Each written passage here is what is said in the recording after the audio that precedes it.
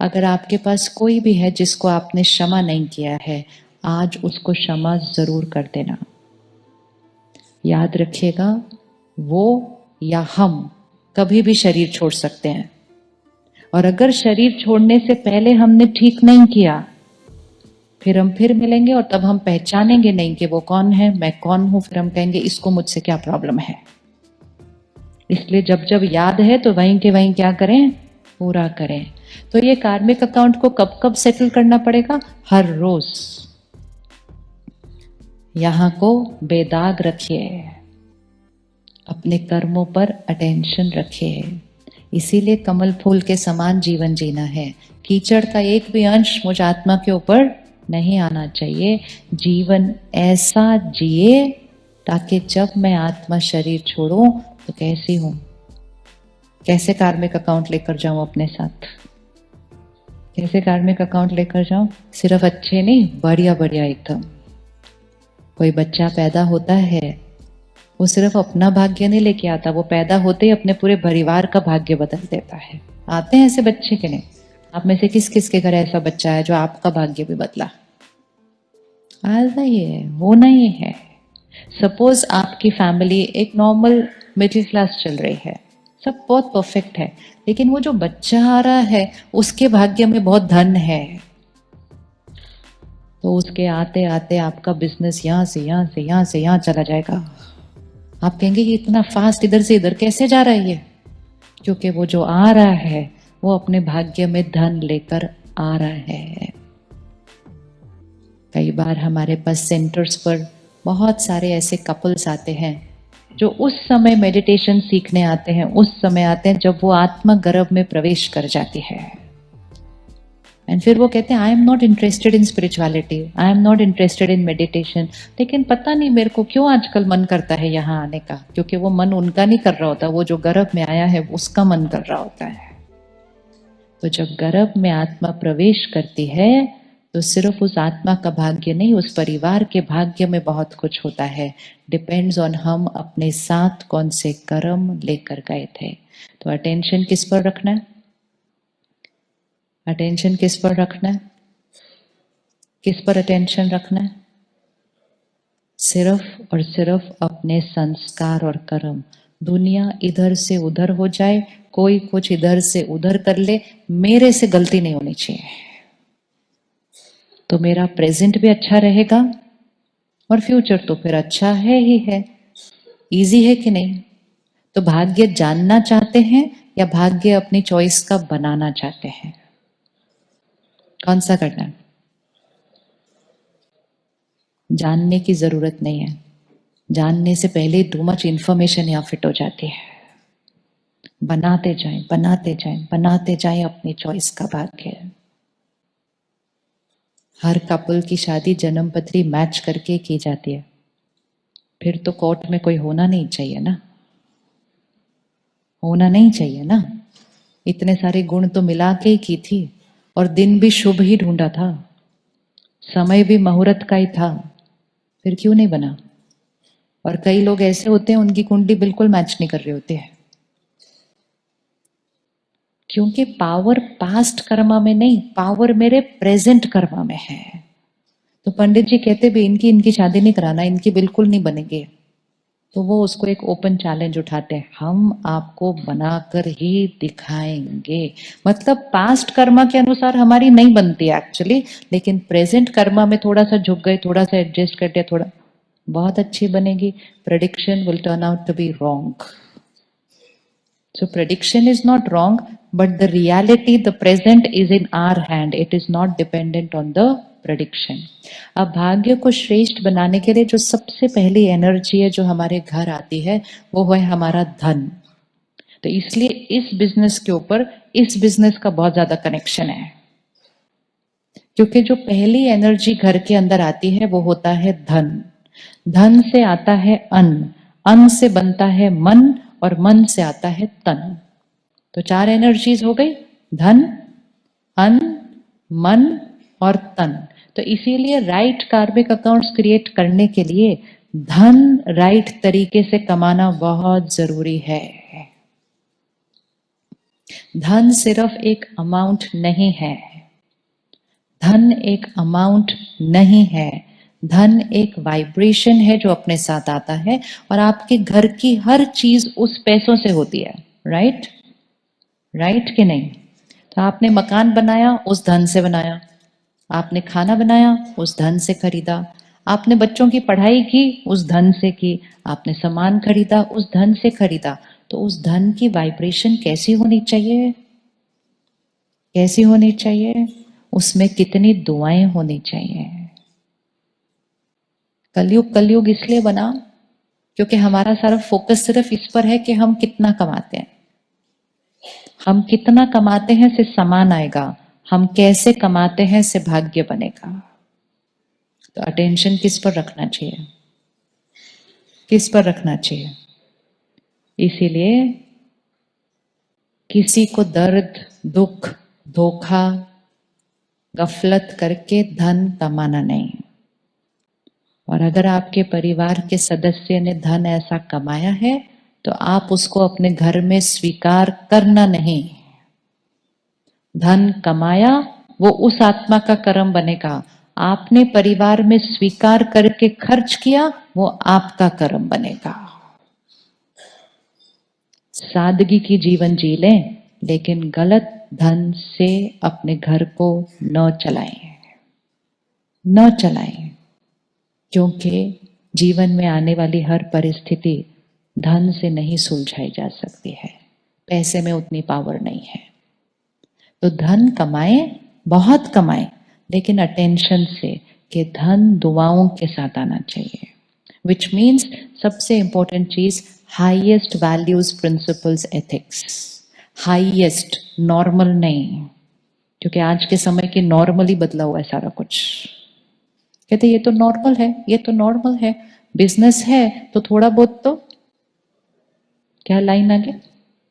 Business है तो थोड़ा बहुत तो, बोलिए बोलिए, लाइन क्या है? थोड़ा बहुत तो करना पड़ता है। फिर जब थोड़ा बहुत करेंगे तो थोड़ा बहुत आएगा, तो उतना ही थोड़ा बहुत करना जितना थोड़ा बहुत फेस करने की ताकत है जब सामने से आएगा।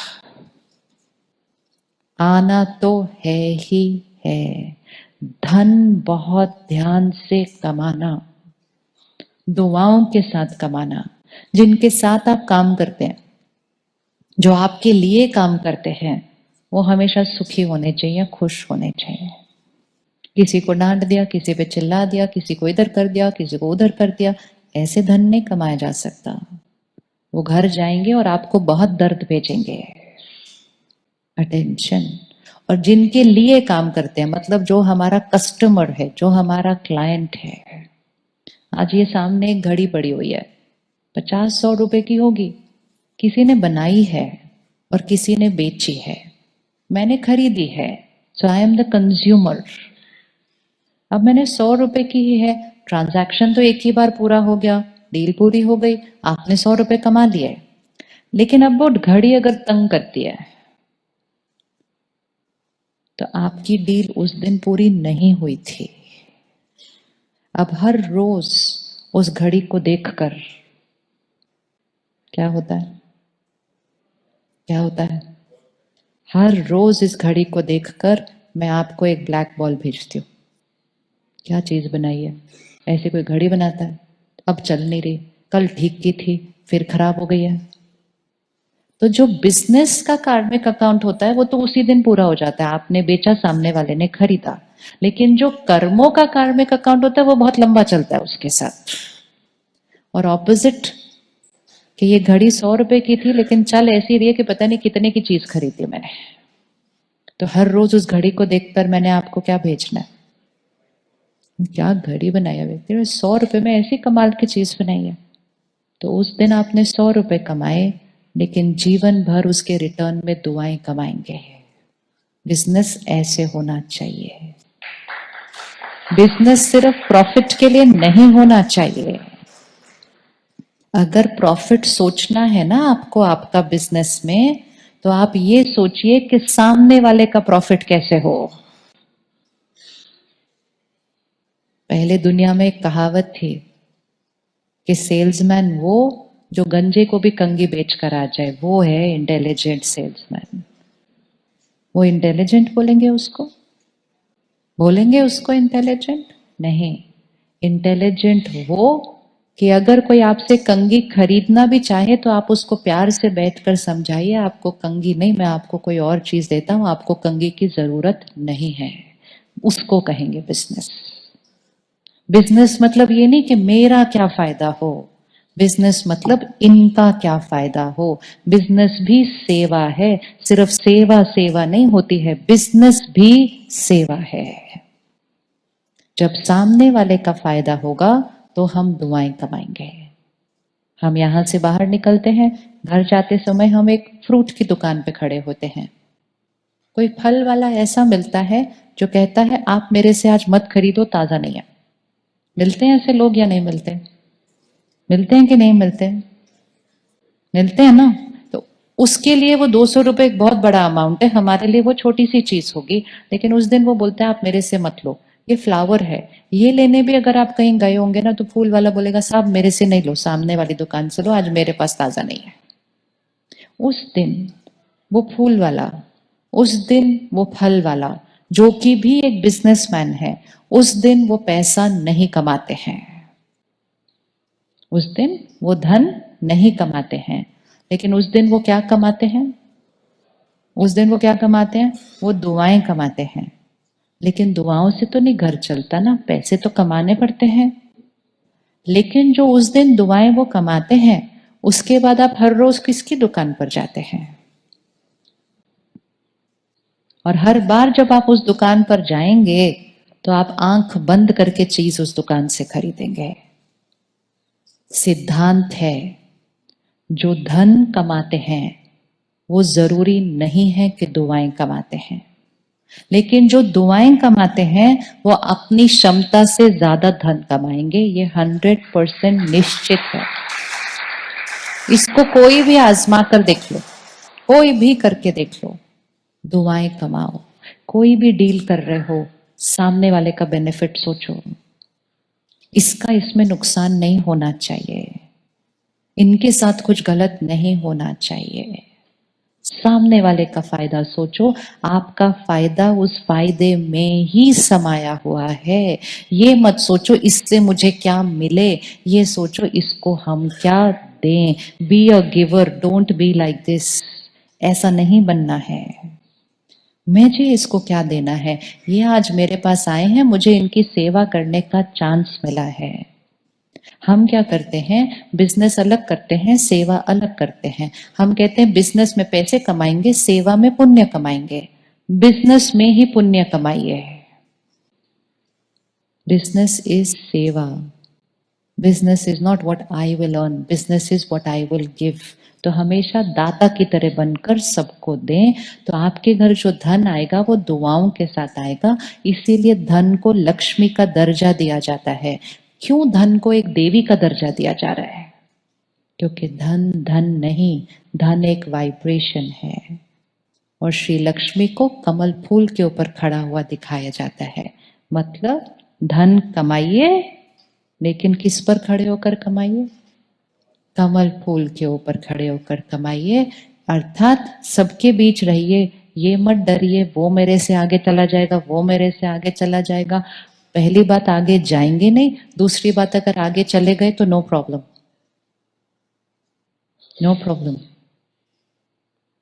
मुझे अपना अटेंशन अपने कर्मों पर रखना है। हमेशा याद रखना, आपका पैसा सिर्फ आपके बच्चों के पास जाने वाला है, आपके कर्म आपके साथ जाने वाले हैं। और बच्चों के जीवन में भी सुकून तब आएगा अगर वो धन दुआओं के साथ आया होगा, नहीं तो उनको उस पैसों से सिर्फ सामान ही मिलेगा। तो पहली एनर्जी हमारे घर में धन आनी चाहिए दुआओं के साथ। दूसरी एनर्जी, हमारे घर का अन्न सात्विक होना चाहिए। अन्न सात्विक बनाते हैं ना हम सारे, यस और नो? यस। अब सात्विक अन्न को एक अलग लेवल पर लेकर जाइए। दूसरी चीज है कि अन्न बनाते समय मन की स्थिति बहुत सात्विक होनी चाहिए। अन्न को ऐसा बनाइए जैसे आप प्रसाद बना रहे हैं। प्रसाद बनाइए, आजकल बहुत सारे घरों में हमने खुद अपना खाना बनाना बंद कर दिया है, क्योंकि हमारे पास धन ज्यादा आ गया ना, तो हमने सोचा हमें खाना बनाने की क्या जरूरत है। हमारे घर के भाग्य बदल गए जब से हमने अपने घर में खाना बनाना बंद किया। हमने बाहर खाना भी बहुत ज्यादा शुरू कर दिया। When food is cooked for money, जब अन्न पैसे के लिए बनाया जाएगा और हम वो वाला अन्न खाएंगे तो हमारे मन पर परिवार का प्यार नहीं, पैसे का फाउंडेशन क्रिएट होगा। इसीलिए आज की सोसाइटी में रिश्तों से ज्यादा पैसा जरूरी हो चुका है। जिस समय हमारे पेरेंट्स हमारे लिए खाना बनाया करते थे तो एक भाई दूसरे भाई को कुछ भी देने के लिए रेडी होता था। आज कहते हैं हम कोर्ट में मिलेंगे। क्यों पैसा रिश्ते से ज्यादा इंपॉर्टेंट हो गया? क्योंकि हमने पैसों की एनर्जी के लिए बनाया हुआ खाना ज्यादा खाना शुरू कर दिया, whether it is eating out और whether it is paying to what you eat. तो 3 प्रकार की वाइब्रेशन होती है अन्न में। एक, पैसों की याद में बना हुआ खाना। दूसरा, परिवार की याद में बना हुआ खाना।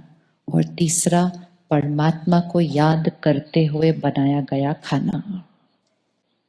तो अपने घर में प्रसाद बनाइए, कभी कभी नहीं, हर रोज प्रसाद बनाइए। आपके घर का भाग्य बदल जाएगा, लोगों के मन शक्तिशाली हो जाएंगे, कार्मिक अकाउंट ठीक हो जाएंगे। क्योंकि आत्मा को स्ट्रांग बनाने का सहज तरीका, अन्न के थ्रू शक्ति दीजिए पूरे घर को।